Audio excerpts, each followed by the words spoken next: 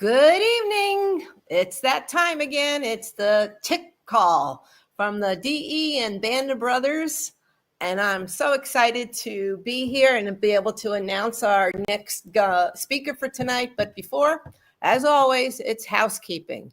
So we all know that about the Connect groups. I hope you're all working with each other. I'm still waiting for some of my yellow team people to answer or give me some questions that they'd like to be answered by emailing back to me. So come on, help me out. I don't want to be the only one doing it. All righty. And then we have April DE at that beautiful beach, April 10th to the 13th. It's important for you to make those reservations by the deadline of March 18th to get a room or save money. But don't forget to get your plane tickets, and don't forget to rent your car and everything you need to do to have a good time. And of course, bring your staff. They'll have a good time too and learn lots. And then we move on to the next meetings for the year. And that is the summer, July 17th to the 20th, Atlanta, Georgia. And then fall, October 23rd to the 26th. And then we already know now, winter, January 8th and 11th. You can go buy the 2026 calendar and put that on there. It's going to be in Clearwater. So you have all that information. Don't forget to take action. So tonight our speaker is Dr. Ryan Dopps, and he's from Wichita, Kansas. He's been on the program before.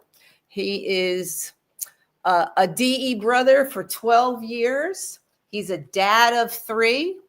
I was telling him that I went onto his website and I didn't know he was creative. He's a bit of a drawer, and he has a section that's called Let's Talk About Chiropractic. And everybody should go on his Instagram page and look at that. And if you can draw, I would say paint a wall that's a blackboard and start recreating what he did, because it's awesome. So he's going to talk about the P's of practice. So take it away, Dr. Ryan.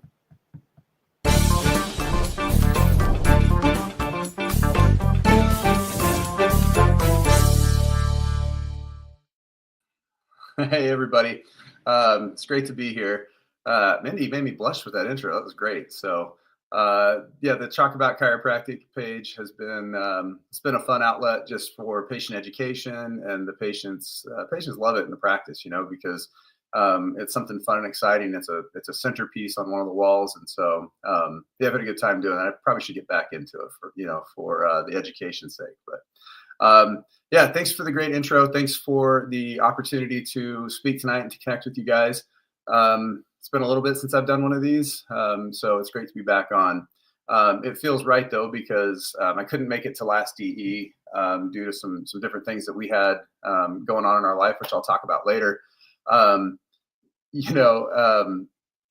Today I was in the office, and some members came in, right? Some practice members came in, and they were getting adjusted, and they're like, I got to tell you about my son. He was, they said got home from his last adjustment. He's 2.5. Got home from his last adjustment and ran up to his big brother, who's 5. Now, the 2.5-year-old loves getting adjusted, and the 5-year-old isn't a big fan of it. So the 2-year-old ran up to him. He goes, Bubby, lay down. Time to get your power on. Right. So when he got off the table, I had given him a high five, and I said, you got to say power's on. And he slapped my hand. Power's on. So he goes home and he tells his brother, he's like, it's time to play chiropractor and do that. The mom's sitting there laughing so hard. At dinner that night, he grabs a piece of broccoli and eats it and throws his hands up. Power's on, And so he's getting the point, right? Is that the power turns on when you do healthy things, and I think that's such an amazing gift that we have as chiropractors. I've been kind of sitting on that all morning. I sat on that all morning, and then it shifted into some of my thoughts for this afternoon and this evening. So, man, so amazing what they emulate and what we get to teach them. Dr. Sid always said that we were supposed to have an authoritative mindset. And, what I believe that to be is, instead of barking at people and yelling at them, telling them how to do things, right? We need to teach them, because that's the role of a doctor, right? Is to be a teacher. And so when we teach them about our philosophy, when we teach them about our practices, when we teach them about the real science on how their body works, that they are a chemical factory inside them, making everything they need, and they don't have to put this junk in from outside, it starts to add value, and it starts to instill trust in who they are. And we get to author their mindset, right? Authoritative just means that we get to author and help shape and mold their mindset. So I thought about little Porter and how amazing it was that I got to influence him, and he knows that his power's on for the rest of his life. He's going to know that, you know?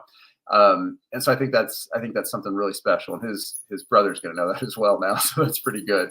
So, you know, you think about like what we get to do. We get to influence people. We get to inspire them. We get to doctor them, right? And teach them about our philosophy called chiropractic. It's different. Obviously, you guys know this, but it's different than medicine. It's different from anything else. And so, you know, our job as doctors is to author the mindset of health and wellness, to author the mindset of innate intelligence. So it makes me think about other things. One thing that I've done with that, I think in the last, I think since about October DE, it might have been the DE before that. But one thing that I've been really sitting on, it's easy for kids to come in. I love taking care of kiddos. I think it's one of the best parts of practice. You know, with the chalk art, with dad jokes, with all the things that we do, right, to get kids on the table and to get them to receive the chiropractic adjustment. It's easy to get caught up in, you know, in having fun, right, and kind of dragging them through the experience, but not ever educating. So it sounds funny, but a lot of kids, you know, hey, what'd you eat today, right? How did you feel today? You know, are you pooping good? And like little things like that they seem funny, but they're questions that then we can lead into teaching them what it looks like, what subluxation looks like. It's not about the pain that comes on at the end. It's about the dysfunction that happens in the body. And so that's something that I've really tried to kind of shift gears into with kids. It doesn't have to be a big, long explanation, but yeah, cool. When you get this part of your low back adjusted, those nerves go to your intestines, and that's going to help you take have a better bowel movement. It's simple. And I think that's the beauty of working with kids. And so that's something that I got at a DE sometime last year, and it's made conversation with kids in the practice a lot more fun, because we start to open that door of conversation. We start to open that door of the powers on moments. And I think they're so important. So little Porter, starts with a P, made me think about what I wanted to talk to you guys about tonight. And, you know, I think Austin Davis says it pretty frequently. I know this is a Sid-ism as well, but I definitely got it from Jim Parker when I was at Parker. It's the 6 P's of success, right? That proper preparation prevents piss poor performance, you know? And so I think about like how we can prepare. We prepared Porter's mind through the adjustment as we adjusted his body and prepared him for life. You know, it's a funny thought is that people don't come to us for the adjustment. They come to us for what happens after the adjustment, right? They come to us to get and receive the adjustment, and that's great and all, but it's the life that flows afterwards that I think is so amazing. And so, you know, while I am that vessel or that tool to deliver the adjustment, the magic is in their body, and it's always been there. It just got released. And as Sid said, right, it revivifies the system. It's the revivification of a nerve root that's been compressed and suppressed, and the tissue downstream that's not thriving because of that. So preparation looks a lot different, right? Preparation is how we get up in the morning. Preparation is what we do before we go into practice, whether that's, the 49 breaths is a great way to prepare the mind. Exercise is a great way to prepare. And that puts you into a different vibrational state when you walk into that office. When you walk in and your body's buzzing because you've spent the time and harnessed that frequency or resonated on a frequency that is a higher vibration, a better version of yourself, you're going to have a better impact in there. Don't take that as preaching. That's me talking myself into getting a better morning routine. Last year, I recommitted to getting on the 49 breaths, and I did that very, very solidly up until Denise's passing. And since then, as you can imagine, things have just been haywire, but I find myself drifting back into those practices now as kind of the dust is settling. We're 5 months in, and I find comfort in those things of doing the 49 breaths. Sometimes it's the 5 breaths if that's all I can get in, right? But I know that I can go back inside and ground myself and prepare myself to walk into that building, to shake off whatever garbage I had on me that morning or the night before or whatever it was. It allows me to refocus and center myself. DE has so many amazing, and I'd say Sid and BJ and Jim Parker, I mean, all of us, right? We all try to simplify it down to the most basic things. And sometimes the basic things seem too simple, like the adjustment. Somebody's got this big condition going on, or this big problem going on, or this big whatever going on. To them, it feels like they need, the help of a cardiologist or a gastroenterologist. And really, man, that's just the power of life needs to get turned back on. My son and I were sitting in church a while back, and the associate pastor had this wild curve, right? This wild lean going on. And I drew on one of the papers, I drew a stick figure, and I was like, oh, check that out. And he's like, whoa, I didn't notice that, and it wasn't shortly after the dude ends up in the hospital because he's got these heart issues, I'm good friends with his dad and his brother, actually 2 of his brothers. And I reached out to everybody and I said, look, as much as I can help this guy, like his posture is horrible. I can see the kinks going to those bundles, going to the heart. Like, of course it's not going to work correctly. I'm not saying he shouldn't go in and see cardiac, whatever, but do this also, right? Make sure this is there. And it's interesting, with that much passion and that much connection to this guy, the dude never came in. And it amazes me because what the feedback I got was, it's like, oh, he's going to this cardiologist here or there. And it's funny because it's like, man, the one thing that dude needed was to get himself reconnected, right? The one thing that dude needed was to get that compression off of that area. And I felt like it was, I don't know. I felt like it was something that I saw it weeks before, and then it happened, and I had an answer, and it seemed too simple, right? So I think the education and the preparation that we get to do with our practice members, with our community, with lunch and learns, with all of those things, set the stage so that when stuff happens, they know subluxation is the root cause. Subluxation is always where it's at. I kind of was thinking about, with the preparation, one thing that kind of popped into my mind as I was just kind of meditating on what I wanted to talk to you guys about tonight was, and I'm not sure where it's at, so I'm going to run with this, but Moses and his life was interesting, right? He spent 40 years in Egypt being the son of the Pharaoh, right? Having everything given to him and doing everything. He obviously got upset with that system, murdered somebody, and then took off. And he spent the next 40 years in the wilderness in Midian. He became humbled. The palace life that he had wasn't there, right? He lived in tents, and he was a shepherd, and he basically humbled himself before God, right? The wilderness did that. You probably go into the sin nature that he had, did that. It caused him to shift, to get closer to God. And look at the vessel he became in that 40 years of preparation to then go in and free the Israelites, right? To free the slaves and to free his people, let God's people lead them back to freedom.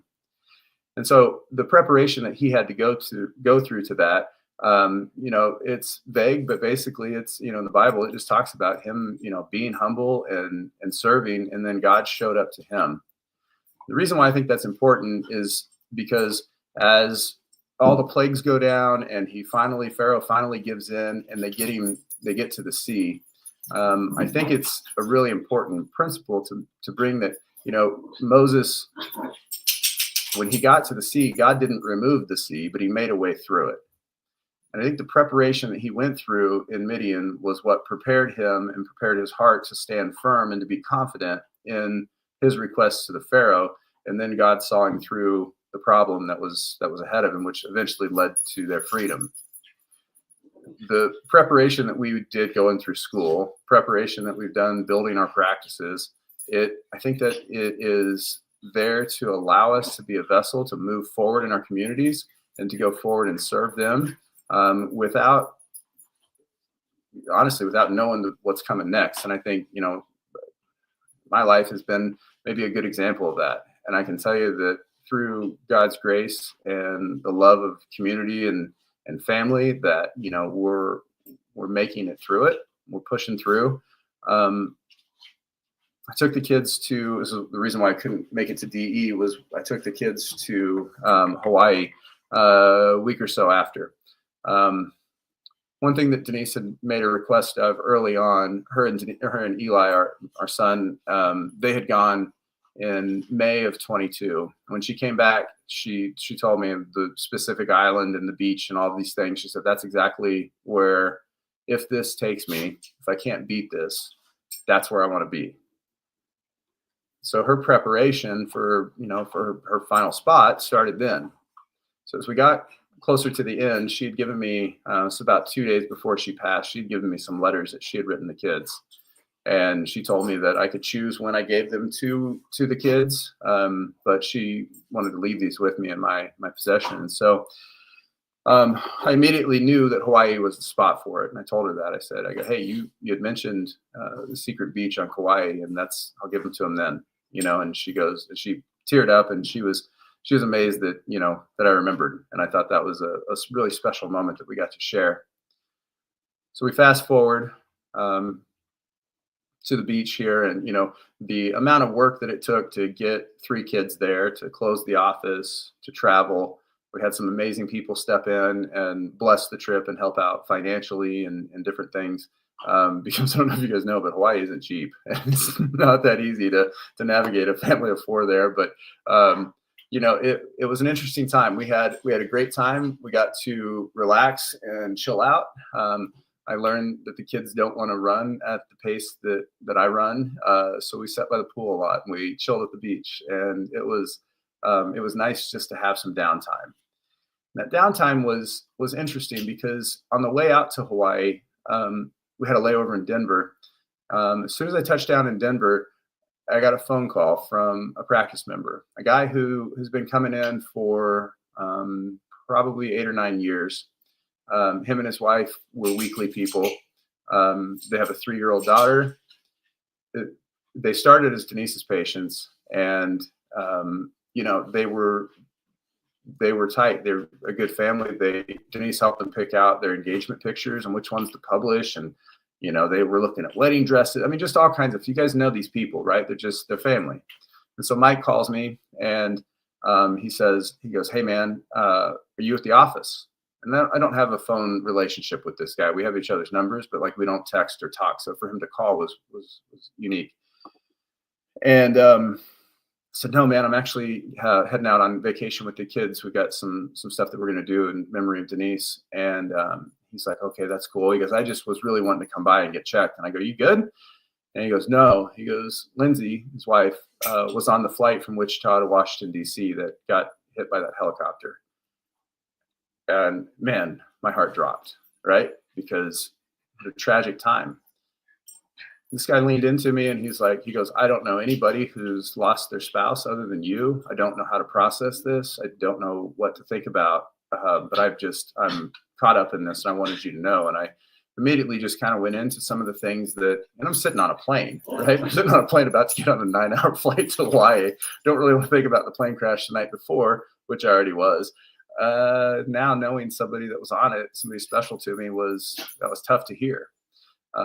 Interestingly, Megan Ashraf had reached out, Dr. Martin, had reached out to me in Wichita before I left for Denver and said, "Hey, heard about the crash. Did you know anybody? Praying for your community. Wanted to reach out and just make sure you're good."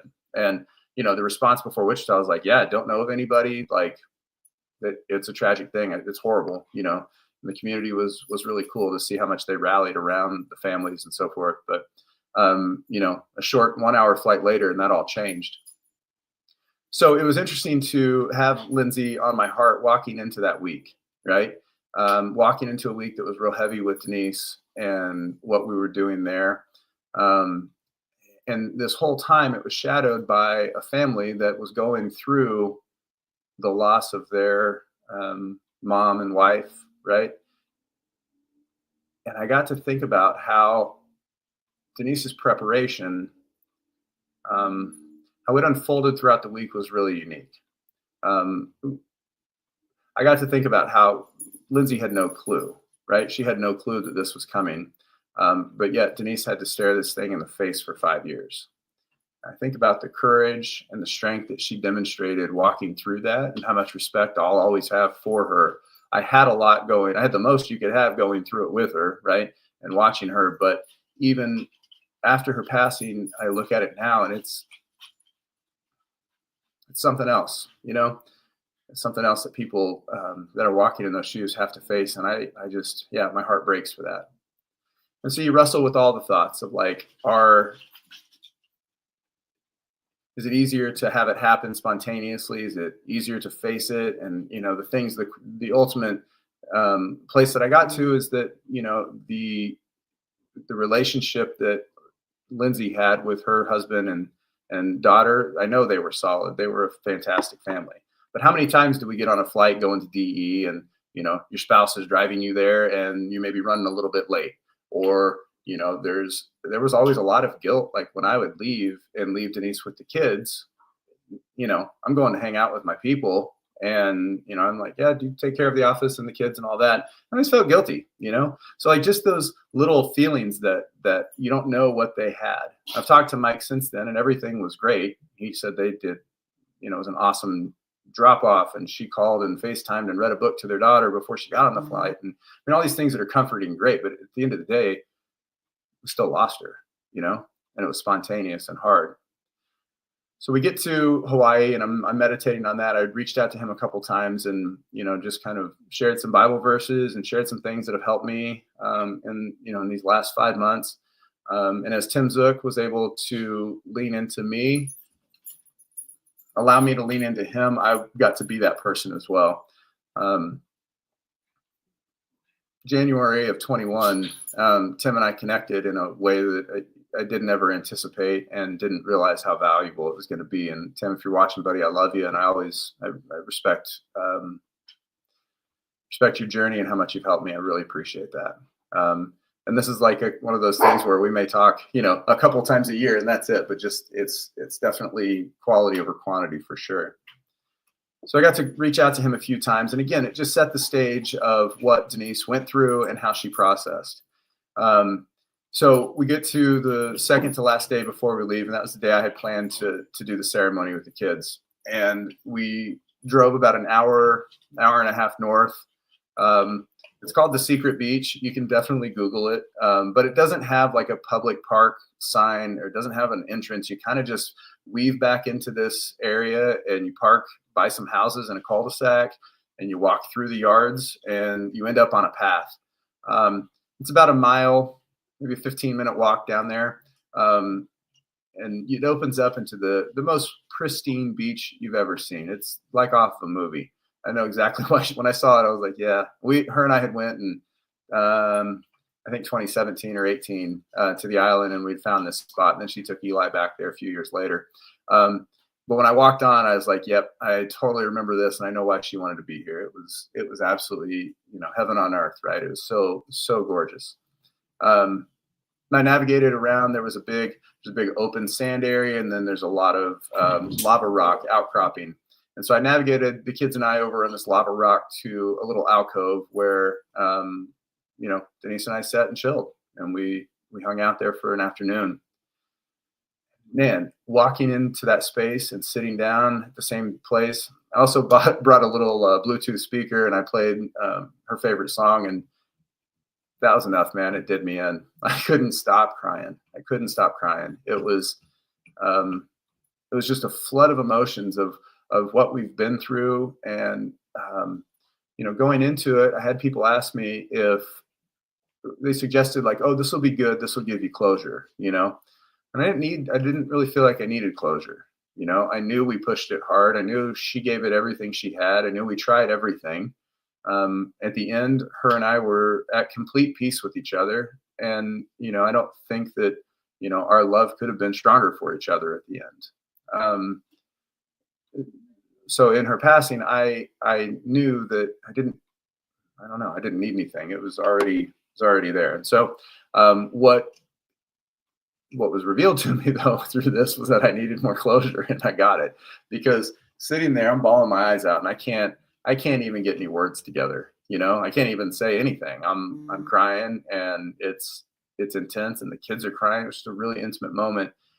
The only thing I could really get to come out was, I go, I don't know what to say, but your mom prepared these, and these are her last thing that I have for you. Right? This is what I've got as her final whatever. I also told the kids, and I can say it still to this day, I haven't read them. I'm not going to. They're her words to them. I don't have anything to do with it, and I don't want it. It's just for them. So I started with my son, and he read his, and I had divvied up a portion of her cremated remains into some bamboo tubes that were biodegradable and all that stuff. So I told the kids, like, you guys can do anything you want with them. There's no wrong way to do this. You can dump the tube in the water. You can bury it in bury the contents in the sand. You could let them blow in the air. Your mom didn't give me any instructions, so you can do anything. You chuck the whole tube in the ocean, whatever you feel like is right for you. Full support, And so Eli read his and kind of sat on it for a minute, and he said he was ready to go. And so I gave, it's 3 kids on a windy beach. So I took pictures of all I did open them and took pictures of the letters, because the last thing I wanted to do is be like, here's the last thing from your mom. And the wind just into the water, so didn't want to do that. So I took pictures. So I handed my phone to Hadley, and I was like, here you go. This is it. And I took Eli off, and he walked, and I don't know if where he went was a significant spot to them or what, but his heart told him to stop and kneel down and bury this thing. Right. And so he dug a hole, and he did his piece. We shared some tears and hugged. I walked back. Hadley was done with hers. So I swapped out with Lucy, took Had, we walked off, and she walked about 5 feet away from him. So the outcropping was around a bend. You couldn't see the beach from where we were sitting. And she got about 5 feet away from him, and she dug a hole, and she buried her stuff. And I went back to get Lou. She went about 5 feet from Hadley. I don't know that there's any significance to it, but I thought it was really interesting how all 3 of them were called to a triangle about 15 feet apart from each other. Again, I have no clue what that means or if it means anything, but that's it. Really strange. Mike, the husband of Lindsay, just texted me with a hand waving at me. So send some love to that guy. That's really interesting. Like I said, we don't have a relationship where we talk that much, and so interesting timing there. So as we left, we sat around and we took some pictures of the area, and I put my tube into the ocean, and just had a moment to understand the closure that it actually provided. The closure was that through proper preparation, Denise got to have an amazing send-off to her kids. She got to tell them whatever she wanted to say in whatever capacity in the place that she wanted it to happen. And that happened through intention, and it happened through preparation, and it happened through facing the hard parts in life and not shying away from them because they're difficult. It was being in the wilderness. She sought that and sought God. And I think I personally believe that's where her clarity came from, and her ability to produce something. When she handed me the letters, there was a feeling of, crap, there's not more. And I know this sounds bad, but it was almost like, I was like, okay, and can I get one for their graduation? Can I get one for their weddings? Can I get one for their first kid? Can I get a word from you for everything? And I wasn't mad at her by any means, but I just wanted more. I wanted more of her. I wanted more of her words for the kids. As we left there, we stopped and got some lunch, and we were sitting there eating, and I asked the kids, I go, hey, I haven't read your letters. I'm not going to. Do you have anything in there that you want to share? And Eli and Lucy both kind of just, no, not really. Hadley jumped in, and she goes, yeah, I've got something. And I go, what is it? And she goes, our mom loved us a whole lot. It's perfect.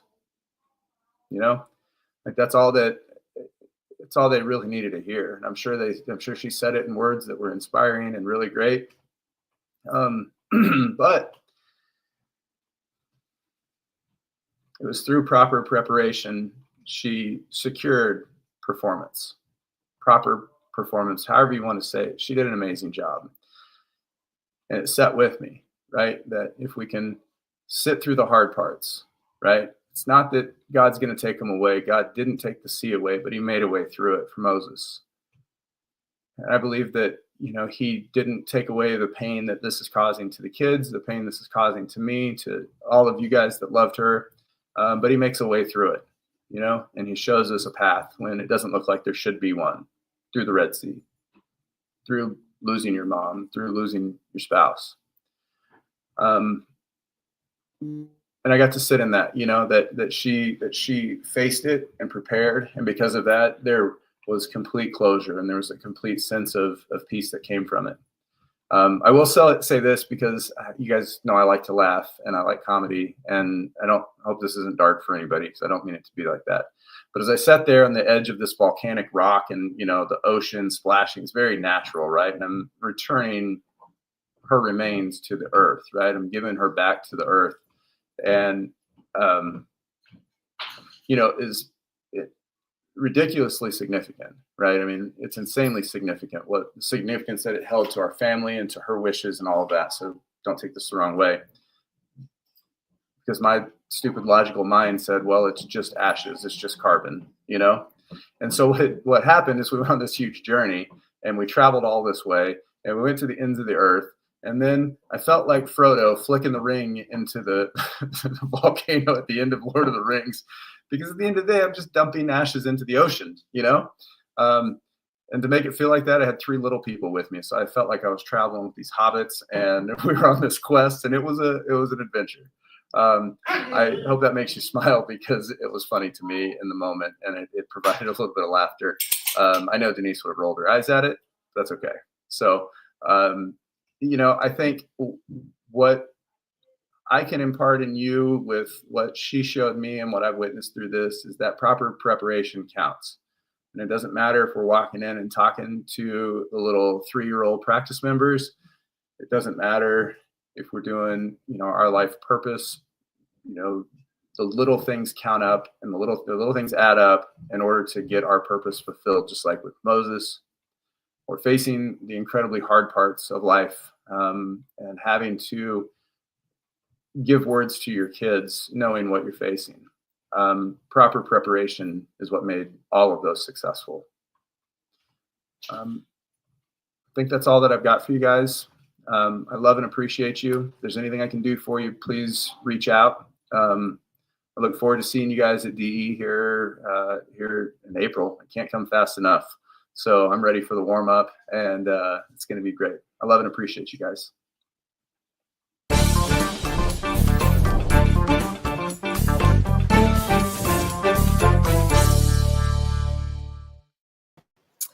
Thank you so much, Ryan. That was just an awesome opening of your heart and using life experience to let us all know, one, it'll be all right.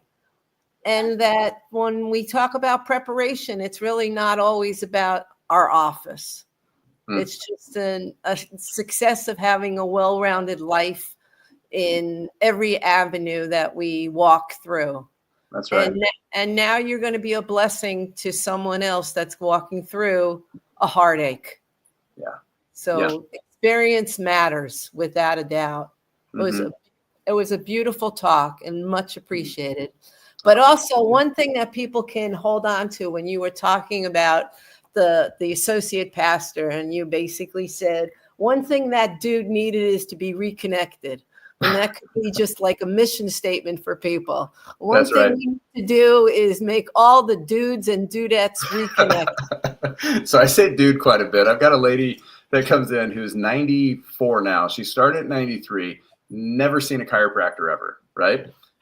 She got referred in, and amazing turnaround, right? Came in the walker. She's now, skipping out, or she's in my waiting room testifying to people, right? And I said to her one time, she goes, Dr. Ryan, she goes, I don't have to use my walker. I don't have to use my cane. I just feel amazing. And, and I said, dude, that's the power of chiropractic. And I kind of looked at her and I said, you ever had a doctor call you dude before?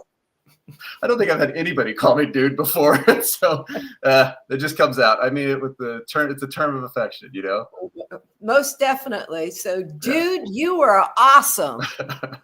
I won't be in April, but my love is extended out to you and your family.